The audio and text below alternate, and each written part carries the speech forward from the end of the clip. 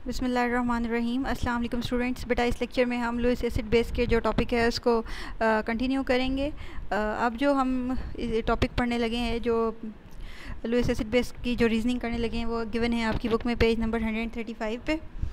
तो यहाँ से हम देखते हैं। तो सबसे पहले तो आपके पास ये इक्वेशन दी गई है, हम इसको स्टडी कर लेते हैं। आपकी बुक में बेटा एक लुईस एसिड और बेस का रिएक्शन करवाया गया है। अच्छा, सबसे पहले तो इसको करेक्ट कर लें। ये आपकी बुक में नाइट्रोजन ट्राईफ्लोराइड लिखा हुआ है, इसको बोरॉन ट्राईफ्लोराइड कर लें, या कोई भी ग्रुप 3A का एलिमेंट लगा दें, एल्युमिनियम या बोरॉन, इस तरह करके।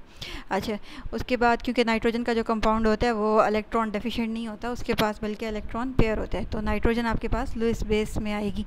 यहाँ पे अगर आप गौर करें तो ये वाला जो लॉन पेयर है ये अपना इस बोरॉन के एटम को जो है ये डोनेट कर रहे, और आपके पास ये जो है कंपाउंड बन रहा है। तो इस तरह करके हमारे पास लुईस एसिड बेस का जो रिएक्शन है सिंपल ये हो रहा है। सेकंड रिएक्शन में अगर आप देखिए तो ये लुईस बेस है ऑक्सीजन का एनाइन।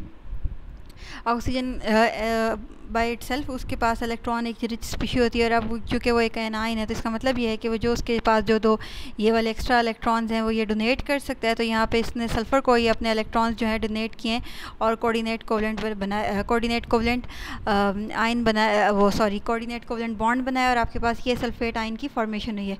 तो जो ये आपके पास ऑक्सीजन का एनाइन है ये लुईस बेस है, क्योंकि इसके पास इलेक्ट्रॉन्स हैं डोनेट करने के लिए, और ये जो आपके पास सल्फर ट्राईऑक्साइड है ये लुईस एसिड है, क्योंकि इसके पास ये इलेक्ट्रॉन डेफिशिएंट है और इसके पास ये कैपेबिलिटी है कि ये इलेक्ट्रॉन को गेन कर ले। अच्छा बेटा, आपने सिर्फ ये नहीं देखना कि इलेक्ट्रॉन्स आ रहे हैं, सिर्फ अकेले इलेक्ट्रॉन्स तो नहीं आ सकते हैं। डेफिनेटली इलेक्ट्रॉन्स जो हैं वो अपने रेलिवेंट एटम के साथ ही आएंगे। तो यहाँ पे जो है पूरा ऑक्सीजन एटम अपने electron as a whole share करके कोऑर्डिनेट कोवेलेंट बॉन्ड बना के, और आपके पास ये सल्फेट आयन की जो है फॉर्मेशन हो रही है।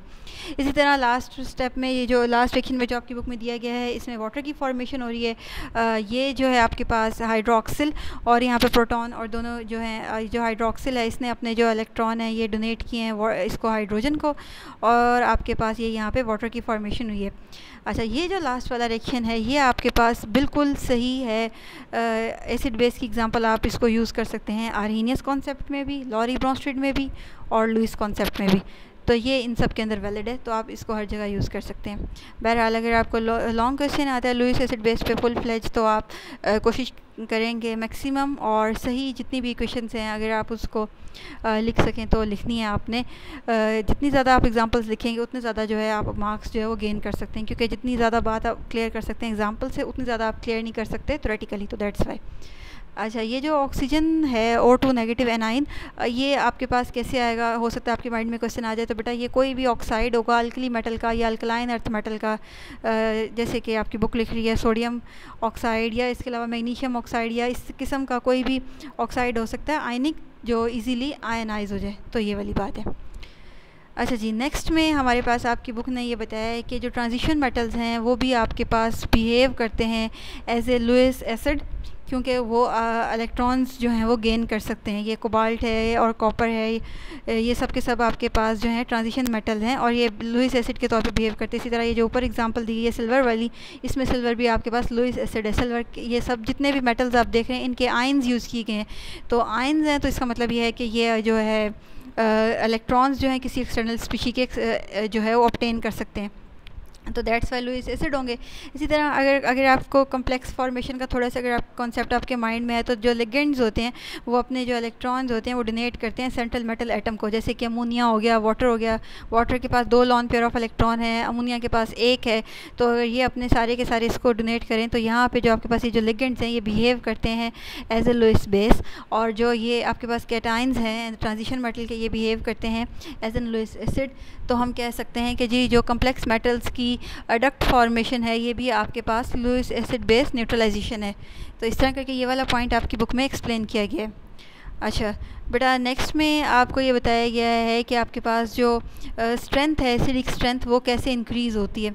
तो बेटा ये बात बिल्कुल सिंपल है। जिस भी मॉलिक्यूल की जो चार्ज डेंसिटी होगी, अगर वो ज़्यादा होगी, तो जो चार्ज डेंसिटी जो अगर ज़्यादा होगी तो हम कहेंगे कि वो एसिडिकली स्ट्रॉन्ग है। चार्ज डेंसिटी आपके पास आप ऐसे कह लें कि डिपेंड करती है चार्ज टू साइज़ रेशो पे, मतलब कोई भी ऐसा एनाइन कैटाइन जिसकी चार्ज ज़्यादा हो और साइज़ स्मॉल हो तो उसकी जो आपके पास एसिडिक स्ट्रेंथ होगी वो ज़्यादा होगी। तो इसके अकॉर्डिंग आपके पास ये लिखा हुआ है, अगर आप फेरस और फेरिक में देखें तो फेरिक का जो चार्ज है वो ज़्यादा है और साइज़ जो है स्मॉल है, तो definitely ferric is more acidic. इसी तरह पोटाशियम और सोडियम में से दोनों का चार्ज भले सेम है लेकिन सोडियम का जो साइज़ है वो स्मॉल है, तो दैट्स वाई जो एसिडिक होगा सोडियम ज़्यादा एसिडिक है एज़ कम्पेयर टू पोटाशियम। और सिमिलरली लिथियम और बेरिलियम में से लिथियम है smaller size and greater charge, definitely more acidic. तो इस तरह करके आपके पास ये जो है एसिडिटी जो है वो एक्सप्लेन की गई है। ये यहाँ से आप थ्योरी में भी पढ़ सकते हैं, उन्होंने लिखा हुआ है कि आपके पास जो एसिडिटी है वो कैसे प्रोडिक टेबल में इसका जो ट्रेंड है वो क्या है। अच्छा बेटा, पेज नंबर 154 के सॉरी पेज नंबर